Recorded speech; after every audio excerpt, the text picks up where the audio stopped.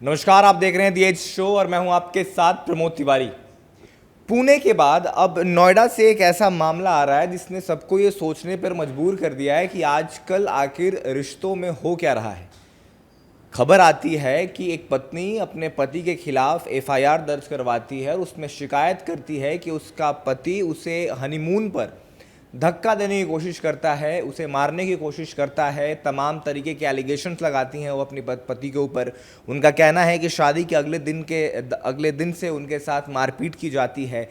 और इस घटना ने फिर से उस बहस को छेड़ दिया है कि आखिर हो क्या रहा है समाज में, आखिर क्यों रिश्ते टिक नहीं रहे हैं, क्यों लोग इतने उतारू हो गए हैं एक दूसरे को मारने पर, क्यों हमारी टॉलरेंस ख़त्म होती जा रही है, आखिर हम एक समाज के तौर पर कहाँ जा रहे हैं, क्या ज़बरदस्ती हो रही है हमारे साथ, और अगर ज़बरदस्ती शादी हो भी रही है तो ना कहना ज़्यादा बेहतर ऑप्शन है या किसी की ज़िंदगी ख़राब करना। इन्हीं कुछ सवालों के साथ आज हम वापस से न्यूज़ रूम डिस्कशन में आपके साथ जुड़े हैं। हम अपने कलीग से बातचीत करेंगे, हम ये जानने की कोशिश करेंगे कि वो आखिर इस पूरे मामले में क्या सोचते हैं और इस मामले में चर्चा शुरू करें उससे पहले मैं अपने सहयोगी के पास जाऊंगा एज़ यूजुअल, जैसा हम करते हैं। पहले उनसे हम इस पूरे केस को समझने की कोशिश करेंगे, इस केस के डिटेल को समझने की कोशिश करेंगे कि आखिर ये पूरा मामला है क्या, कहाँ का है और इसमें क्या कुछ अभी तक निकल कर सामने आया है। तो सौहार्द, सबसे पहले तो आप दर्शकों को ये पूरा मामला समझाइए कि आखिर ये पूरा मामला है क्या और कहाँ का है ये। नोएडा का मामला है। जो लेडीज़ हैं उनका नाम है सुचरिता साहा। अभी मैं ये केस देख ही रहा था और उनके जो पति हैं उनका नाम है हरविंदर चौहान, जो कि उनका घर दिल्ली में उनके माता पिता रहते हैं। इनकी शादी अभी 30 अप्रैल को हुई थी और शादी के बाद से ही पत्नी का कहना है कि पति उनके मारपीट करने लगे थे। ये लोग 4 मई को गए थे हनीमून, दार्जिलिंग गए थे। तो उनका आरोप है कि उनके पति जो हैं उनको धक्का देने का प्रयास कर रहे थे पीछे से, और उसके बाद वहाँ पे भी कहासुनी हुई। उसके बाद दोनों लोग क्या कहते हैं, जब घर आए तो पति जो हैं उनके साथ फिर से मारपीट करने लगे, उनका फ़ोन वगैरह तोड़ने लगे। और उसके बाद जब ये हाथापाई से और इससे त्रस्त आकर के जो लेडीज़ हैं वो अपने मायके गईं और वहाँ पे नोएडा 113 थाने पे उन्होंने रिपोर्ट दर्ज कराई उनके खिलाफ। तो फिर पति अपने मम्मी पापा के पास दिल्ली चले गए। ये पूरा मामला है। गंभीर मामला ये है कि आप समझिए कि उनकी शादी को अभी कितने दिन हुए हैं, मतलब अभी हनीमून पे ही गए हैं। अभी एक दूसरे, अब ये लव मैरिज थी कि अरेंज मैरिज, इस विषय में तो मुझे जानकारी नहीं है, लेकिन जो भी है कि अभी चंद मतलब 4 दिन हुए शादी को और लेकर के। तो अगर आपको ये चीज़ें करनी थी, या तो पहले से आपका कुछ अफेयर वगैरह चल रहा था किसी से, ठीक है, तभी ये चीज़ें हो सकती है। नहीं तो उस लड़की से आप शादी अगर नहीं करना चाहते थे तो स्टार्टिंग में ही मना कर दिए होते कि हमें नहीं करना है, और ले जा कर के उसको धक्का देने का प्रयास, मारने का प्रयास, ये सब तो बहुत गलत है। सही बात है, मतलब फेल रिलेशनशिप्स ज़्यादा बेहतर हैं। आप अलग हो जाइए, आपको मना कौन कर रहा है, आपको रोक कौन रहा है, लेकिन इस तरीके के घटनाओं को अंजाम देना या इस बारे में सोचना समझ से परे है। मतलब और आजकल ये घटनाएं इतनी सामान्य हो गई हैं कि अब इसमें कुछ असाधारण लगता ही नहीं है। हर रोज़ अखबार खोलिए, आपको ऐसी ना कोई घटना देखने को मिल जाएगी। प्रत्युष, इससे पहले मैं अपने ऑडियंस को बता दूं, हमारे साथ हमारे नए कलीग जुड़े हैं प्रत्युष, इस प्रकार की घटनाएं क्यों हो रही हैं समाज में, ये क्या हो रहा है? जब भी अखबार खोलिए कहीं कोई पति किसी पत्नी को मार दे रहा है, कहीं कभी पत्नी धक्का दे रही है, क्या आखिर चल क्या रहा है? हम समाज के तौर पर कहाँ जा रहे हैं? देखिए, पिछले 5 सालों में अगर हम देखें तो सोसाइटी में बहुत बड़े चेंजेस आए हैं, अचानक से बहुत बड़े बदलाव आए हैं। अब पार्टिकुलरली जब मैं इस घटना को देख रहा हूँ, क्योंकि मैंने सोनम को भी देखा बहुत करीब से, अभी जो वो केस आया हुआ है हाल ही में उसको भी देखा, ये बिल्कुल अलग है। ये इसलिए अलग है क्योंकि ये अभी आरोप है और सिद्ध भी नहीं हुआ है, तो हम इस पर अपनी राय नहीं दे सकते हैं। लेकिन सवाल बहुत सारे खड़े कर रहे हैं। सवाल नंबर 1 कि जब 30 को शादी होती है और नेक्स्ट डे से ही, मतलब अगले दिन से ही लड़ाई झगड़ा शुरू हो जाती है, तो फिर 4 को हनीमून पे क्यों गए? गाली तो देते रहा था ना नेक्स्ट डे से ही। फिर आप हनीमून पे गई 4 तारीख को, फिर 9 तारीख को दार्जिलिंग में होती है लड़ाई, ठीक है, आप आती हैं 10 को वापस। पति कितना क्रूर था कि वो अपने पिता के घर चला जाता चुपचाप, वो उसके बाद से नहीं मारता, वो चला जाता अपने पिता के घर दिल्ली रहने चला जाता है। 17 को आप 17 जून को ये जाती हैं चेकअप कराने, मतलब 10 को वापस आई हैं मई को, और 17 जून को, 23 दिन का अंतराल है ये। 23 दिन के बाद आती है चेकअप कराने, और उसके आधार पे ये रिपोर्ट लिखवाती हैं पुलिस में। 23 दिन में ये 10 तारीख को ये कहते हैं कि मैं रिपोर्ट लिखवाऊंगी पुलिस में, तो फिर क्या गाली गलौज होता है, फिर वो अपने घर चला जाता है। तो इतना लंबा टाइम, देखिए शादी तो 100 टाइम पे हुआ है, लफड़ा भी 100 टाइम पे हुआ है, लेकिन लंबा टाइम जो हुआ आरोप रिपोर्ट लिखवाने में क्यों हुआ? तो वो अपने पिता के घर क्यों चला गया? वो तो मारता पीटता और भी घटना का अंजाम देता। बर्दात जो लड़की आजकल ढा दे रही हैं वो भी कर सकता था, मार सकता था। लेकिन उसके बाद से आप 23 दिन के बाद क्यों रिपोर्ट लिखवाती हैं? आप नेक्स्ट डे भी लिखवा सकती थी। और तीसरा सवाल ये है कि जब 30 अप्रैल को होती है और नेक्स्ट डे से गाड़ी गलौज शुरू हो जाती है, तो फिर आप हनीमून पे गई क्यों? तो ये सवाल है, और मैं ये नहीं कहता कि लड़की सही है या फिर लड़का गलत है, लड़का सही है लड़की गलत है, लेकिन इस मामले में ये सवाल है थोड़ा बहुत। और पुलिस जांच करिए, जब तक आरोप सिद्ध नहीं हो जाता है तब तक हम लड़के को गलत नहीं बोल सकते हैं। मेरा एक हो सकता है कि सॉफ्ट कॉर्नर हो सकता है एज अ बॉयज़, लेकिन हम नहीं बोल सकते हैं। और फिलहाल ये तो तय है कि जितने भी लड़के के कौम हैं वो डरे हुए हैं। तो जो इस खबर को पढ़ के मुझे लगा, समझ के मैं बता रहा हूँ कि सवाल ये कुछ सवाल हैं जो खड़े होते हैं और जो सवाल पूछे जाएंगे, और सवाल वाजिब था। पहला प्रश्न, खैर उसके कई उत्तर हो सकते हैं कि नई नई शादी हुई है, हनीमून पे जाना है, पहले से सब कुछ प्लान होता है, आप चली गई। उसके बाद सबसे बड़ा सवाल ये खड़ा होता है कि आखिर इतना समय क्यों लगा आपको केस दर्ज कराने में? 23 दिन आपको कैसे लग गए जो है पुलिस में जाके रिपोर्ट लिखवाने में? और चूंकि यहाँ पे किसी की हत्या नहीं हुई है, किसी की मृत्यु नहीं हुई है, कोई दोषी साबित नहीं हुआ है, ना किसी ने प्राइमा फेसी कोई कुछ कह सकता है, कोई कॉन्क्रीट सबूत है जिसके आधार पर हम किसी को ब्लेम कर सकते हैं। Shweta, how do you see this argument?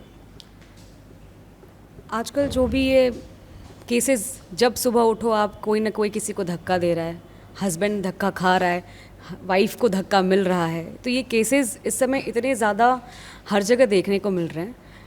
Prime reason है इसका कि आजकल के रिलेशनशिप को लोगों ने इतना नॉर्मलाइज कर दिया है, उसमें पेशेंस, रिस्पेक्ट एक अपने हस्बैंड के लिए, अपनी वाइफ के लिए, वो इतना कम हो गया है। और एंगर, पोजेसिवनेस इतनी ज़्यादा बढ़ गई है कि लोग कभी कभी चीज़ों को समझ नहीं पाते और उनका क्विक एक्शन होता है किसी की जान ले लेना, किसी के ऊपर वायलेंस कर देना। और जैसा कि हमारे कलीग ने अभी बोला, प्रत्युष ने, कि 23 दिन क्यों लग गए, इसका जवाब जो मुझे लगता है ये है कि फीमेल्स जो हैं आज भी सोसाइटी में एडजस्ट कर लो वाली चीज़ों में जी रही हैं।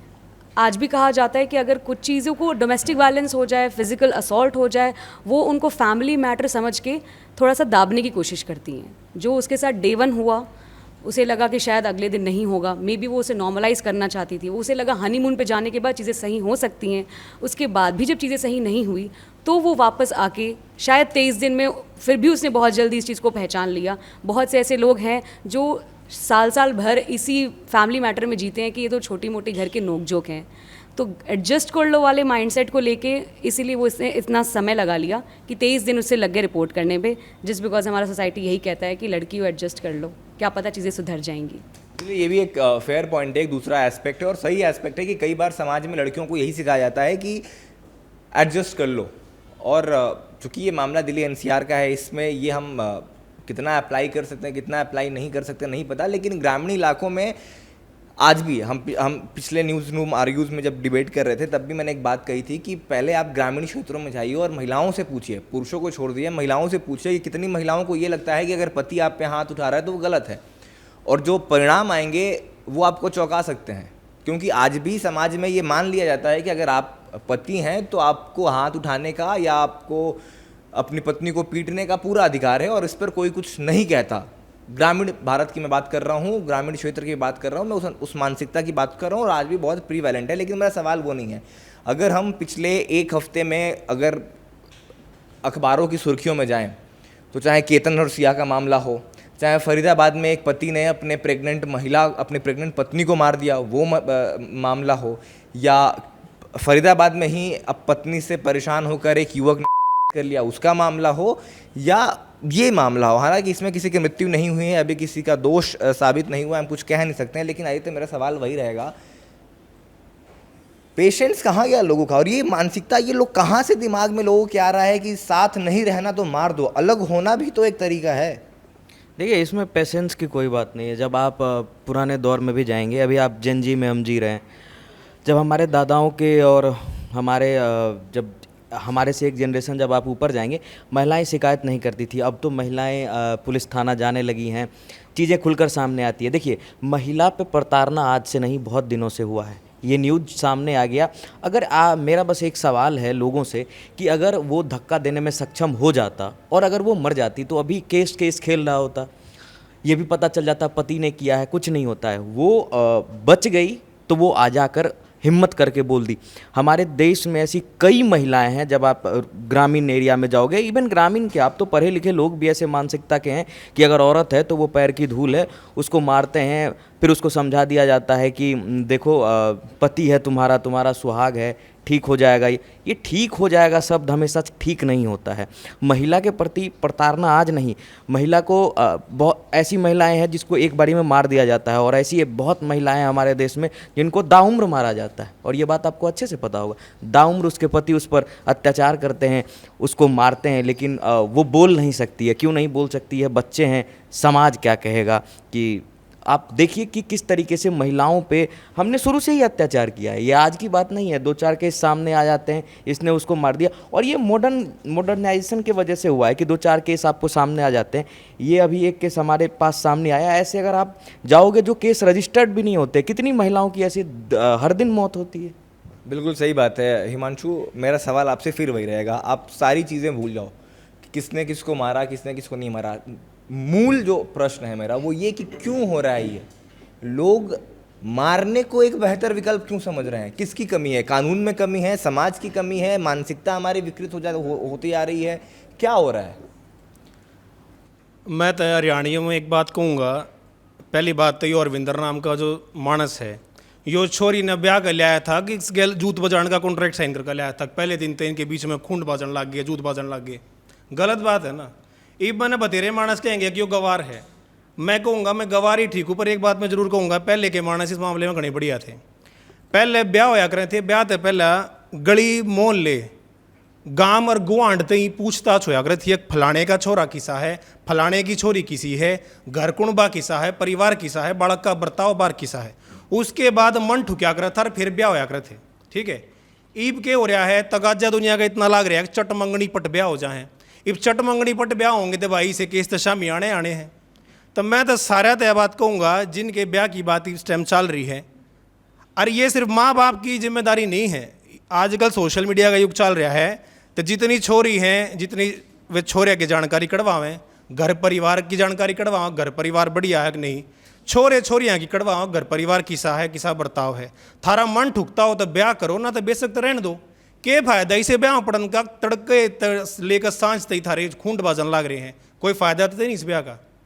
और थारा मन ठुके जब ब्याह करियो, थारा मन नहीं ठुकता बेशक तो मत करो ब्याह, बतेरे भी रिश्ते मिल जाएंगे। और हिमांशु, आपने जो एग्जाम्पल दिया, एक एस्पेक्ट चलो मैं उसका मानने के लिए तैयार हूँ। दूसरा एस्पेक्ट तो ये भी ना कि पहले तो हम और अननोन टेरिटरी में शादी करते थे।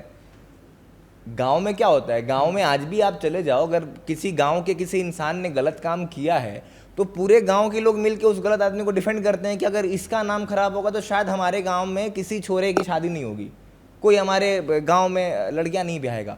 उस लिहाज से देखा जाए तो आजकल तो फिर भी लड़के लड़कियां मिलते हैं, आपस में एक दूसरे को जानते हैं, परखते हैं, तब शादी होती है। फिर भी क्यों हो रहा है? और ये सिर्फ अरेंज मैरिज की बात नहीं है, लव मैरिज देख लो, अरेंज मैरिज देख लो, किसी भी काइंड ऑफ मैरिज देख लो, सेम हश्र हो रहा है। लोग एक दूसरे को मरने मारने पर उतारू हैं। क्यों भाई? इसका मैं एक ही बात कहूँगा, जब मैंने गांव और गुआंढ की बात कही तो गांव वाले मानस तो फिर भी बड़ाई कर देगा, बड़ा किस्सा है या बुराई भी कर देगा, लेकिन जो आसपास के दूसरे गांव के मानस होंगे ना, वे जेन्युइन बात बताओगे कि हाँ ये मानस किस्सा है। तो तभी मैंने बोला कि ज़रूरी नहीं है कि आप एक ही गली मोहल्ले में जाके देखें, आप दूर दूर तक ही पूछेंगे तब बतेरे मानस ही से निकट जाए जो जेन्युइन बात बताओगे थरते, उसके बाद ही ब्याह होने चाहिए। और देखो, अगर आज के समय में कम्युनिकेशन बढ़ रहा है, लोगों के बीच में वार्तालाप घना होने लग रहा है, फिर भी ये रिश्ते टूटने लग रहे हैं। पहले के मुकाबले अगर हम कंपेयर करें, पहले फिर भी जो रिश्ते थे वे कहीं ना कहीं स्टेबल थे। इब कौन है? तब फर्क तो है। पूछताछ करनी चाहिए और बढ़िया तरीका करनी चाहिए, उसके बाद ब्याह होने चाहिए। जांच परख के, पूछताछ अच्छे से करके तब ब्याह करनी चाहिए, ऐसे नहीं होना चाहिए। सौहार्द जी, आप क्या सोचते हैं इस पूरे इंसिडेंट को लेके? अब तो खैर आपने इतने लोगों की राय सुनी, कहाँ हैं बाबू, कहाँ हैं सब जान के पीछे पड़े एक दूसरे के? सबसे पहली बात ये है कि आप बड़ा ये मतलब उलझा हुआ मामला समझ में आ रहा है। शादी होती है 30 तारीख को, ठीक है, ये लोग फिर 4 तारीख को जाते हैं हनीमून के लिए, और उसके बाद 9 तारीख को फिर वो होटल से इनको धक्का देने की कोशिश करते हैं। मेरा ये कहना है कि, और इनका कहना है कि जिस दिन शादी हुई है दूसरे दिन से मार पिटाई शुरू कर दिए हैं। तो अगर अभी आप जैसे कि हमारी कलीग हैं, उन्होंने कहा है कि लड़कियां डरती हैं, वो नहीं जाना चाहती हैं, इज्जत बचा के रखती हैं, तो क्या कितने दिन के लिए इज्जत बचा कर रखना चाह रही थी? 9-10 दिन के लिए? अगर इनके साथ प्रताड़ना हो रही थी तो इनको ऑन द स्पॉट जा कर के जो भी गार्जियन हैं, जो भी माँ बाप हैं, उनसे इस बात की चर्चा करनी चाहिए थी, और उसी समय जा कर के उनको शिकायत दर्ज करानी चाहिए थी कि वो 10 दिन या 15 दिन और वेट कर रही थी। एक दूसरी बात हो गई, और दूसरे दिन से ही मार कुटाई शुरू हो गई। और उसके बाद इन्होंने कहा है कि लड़कियों को हमेशा ऐसा झेलना पड़ता है। मैं भाई साहब अभी गया था फरीदाबाद, वहाँ पे हमने जीआर करके आया मैं। वहाँ इतनी बुरी स्थिति थी कि एक व्यक्ति अपनी सास से और अपनी वाइफ से इतना त्रस्त आ गया था कि 28 साल का युवा झूल गया, ठीक है, अपनी ही दुकान पे। जो कि वो उस लड़की के लिए, मैंने पड़ोसियों से बात की, उस लड़की के लिए वो जो उसकी डिमांड रहती थी, क्या कहते हैं, डायमंड की ज्वेलरी हो या फिर क्या कहते हैं आईफोन के शौकीन थी, बड़ी गाड़ियां चाहिए थी, जो भी उससे चाहिए होता था, घर चाहिए था, वो भी लेकर के उसने दिया। अच्छा स्वार्थ नहीं, अब एक मिनट, मेरा यहाँ पे आपसे एक सवाल है।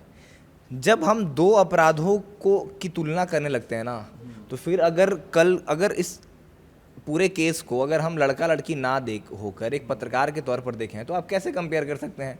हमें क्यों कंपेयर करना है कि जब वहाँ पे लड़का मर गया, यहाँ पे तो आप आरोप लगा रही हैं बस। अगर हम अपराधों की कंपैरिजन करने लगे तो फिर जिस मात्रा में महिलाओं के खिलाफ अपराध होता है इस समाज में, और उस अपराध को अपराध में नहीं समझा जाता, फिर आप उसकी तुलना कैसे करेंगे किसी के साथ? ठीक है, माना जो भी फरीदाबाद की जो घटना है जब बता रहे हैं वो बहुत गलत घटना है, बहुत निंदनीय घटना है।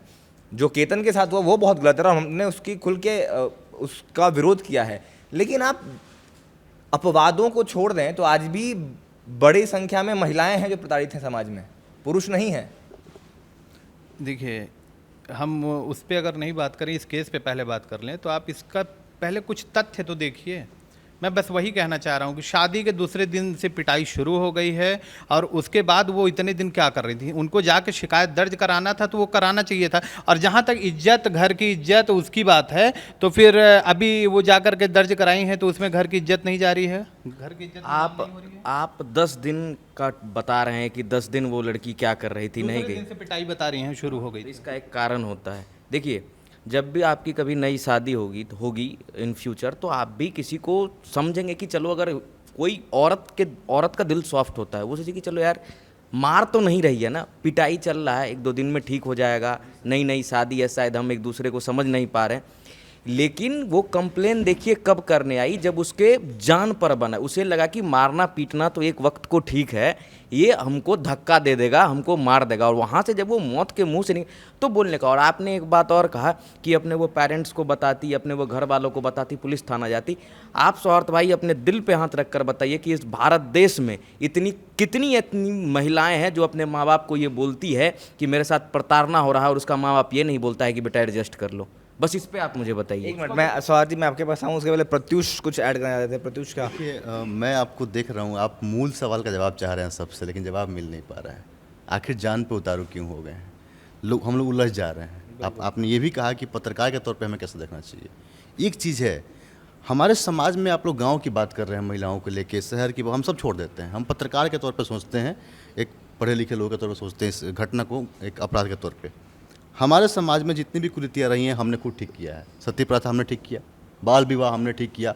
आज मैं दावे के साथ कह रहा हूँ, आप कह रहे हैं ना गाँव, बहुत ऐसा पिछड़ा ही गाँव होगा जहाँ ये घटना होती होगी, वरना नहीं होती है, नहीं होती है।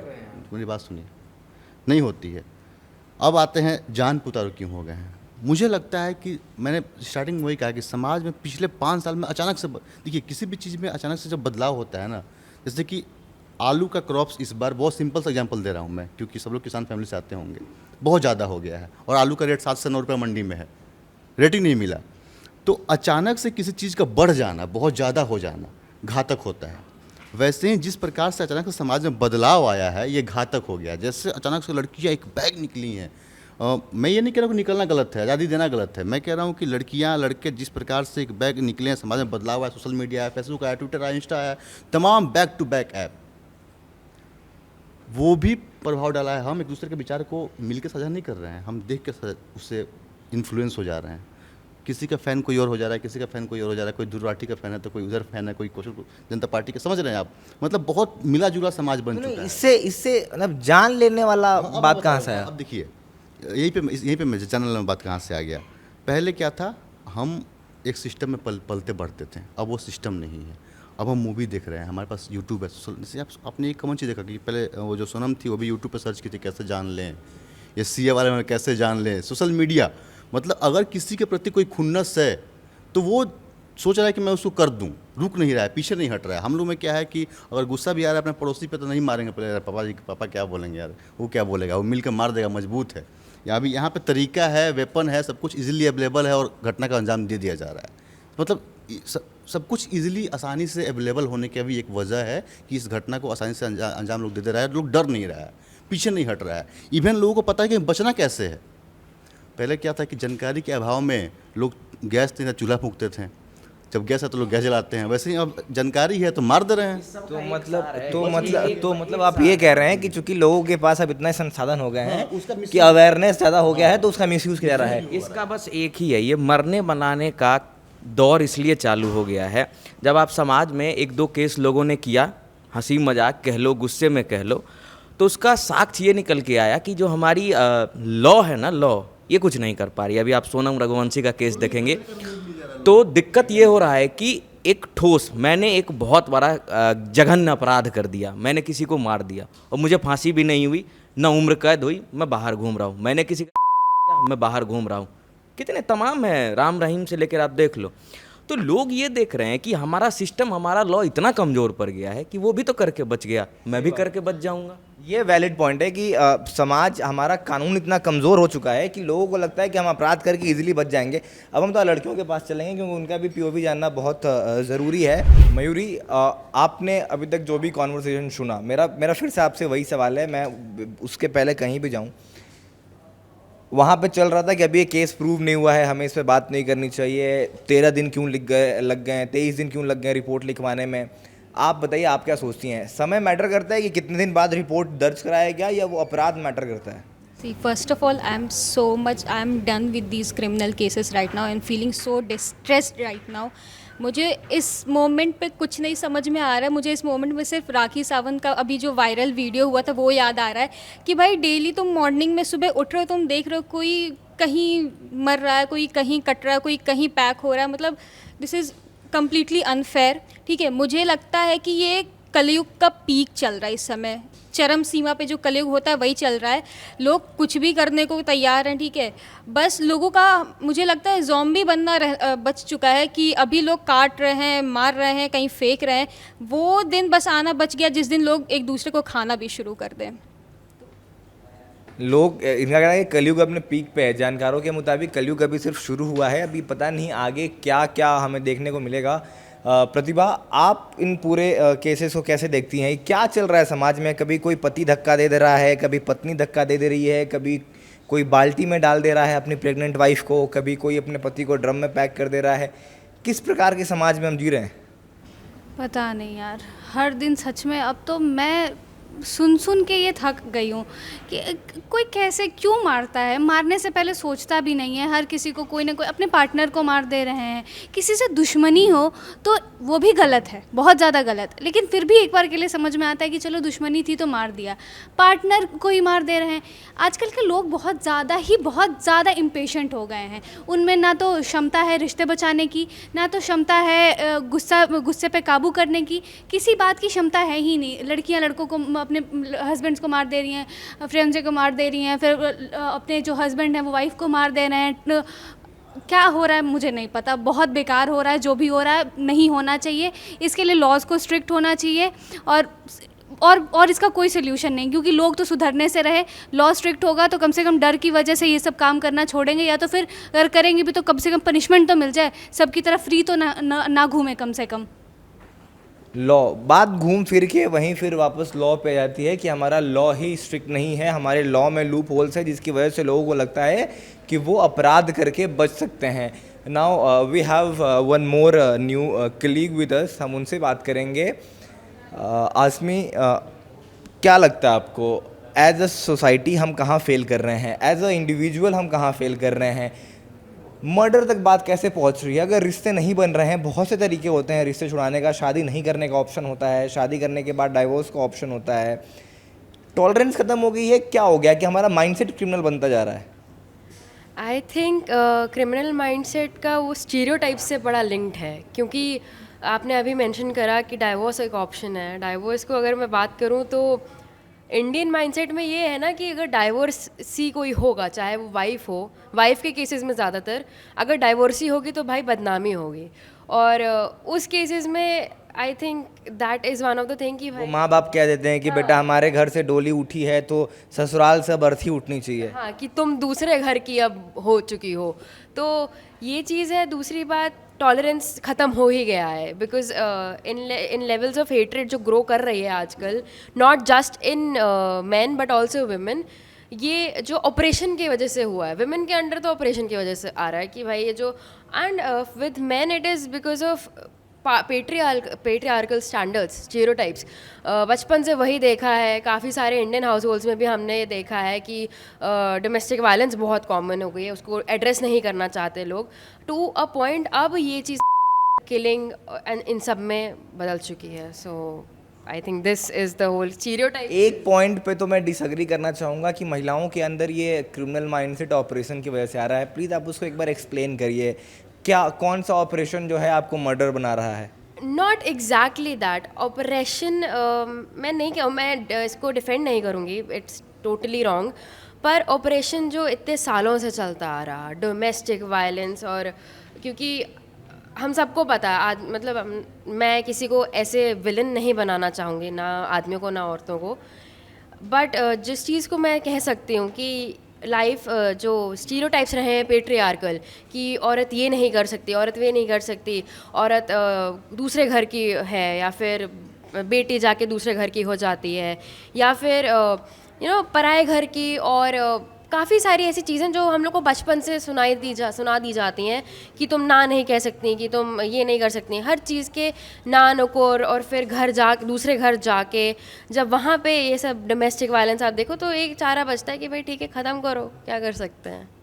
तो ये जो प्रतिबंध लगते हैं महिलाओं के ऊपर, कहीं ना कहीं वो भी उनके सपनों के साथ साथ उनके चरित्र को भी मारते हैं. वो उनमें कहीं ना कहीं कुछ ऐसी विकृत मानसिकता पैदा करते हैं कि उन्हें लगता है कि यार ये ज़िंदगी जीने से बढ़िया है कि यही कर दो. श्वेता, आप कुछ कहने वाली थी इस पर? सो प्रतिभा का एक पॉइंट था, उसको मैं डिसएग्री करूंगी, और उसके पॉइंट को देखते हुए मैं बोलूँगी कि घूम फिर के आपने कहा कि सारी बात लॉ एंड ऑर्डर पे आती है. लॉ एंड ऑर्डर तो बने हैं, डाइवोर्स बना किस लिए है? आप नहीं रह पा रहे हो, आप डाइवोर्स कर लो आके, आप ना बोल दो आके.